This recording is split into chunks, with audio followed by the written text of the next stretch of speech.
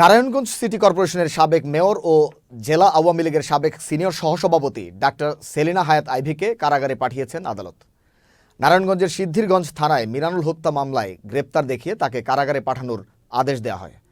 শুক্রবার সকাল 10টায় নারায়ণগঞ্জের senior judicial magistrate Mohammad Moinuddin কাদিরের আদালত এ আদেশ দেন।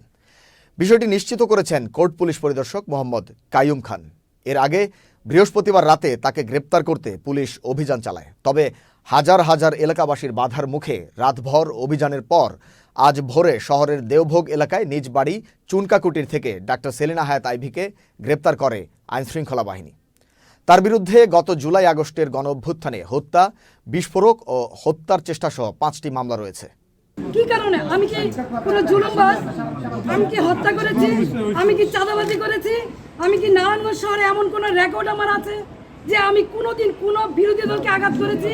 তাহলে কিসের জন্য, কি কারণে, কোন ষড়যন্ত্রের কারণে, কার স্বার্থে আমাকে অ্যারেস্ট করা হলো?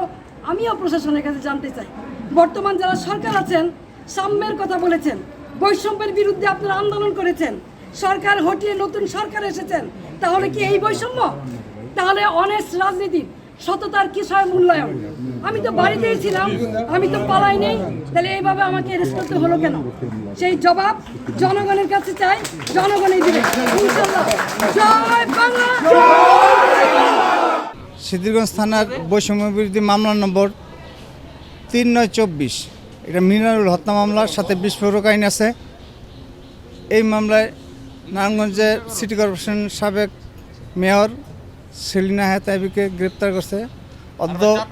অদ্য কিছুক্ষণ আগে তাকে আদালতে তোলা হয়। আয়ুর আবেদনের প্রেক্ষিতে আদালতে তোলা হয় এবং বিজ্ঞ আদালত জনাব মঈনুদ্দিন কাদের স্যার, বিজ্ঞ সিনিয়র জুডিশিয়াল ম্যাজিস্ট্রেট, তাকে জেল হাজতে প্রেরণের নির্দেশ দেন। আসামিকে জেল হাজতে প্রেরণ করা হইতেছে।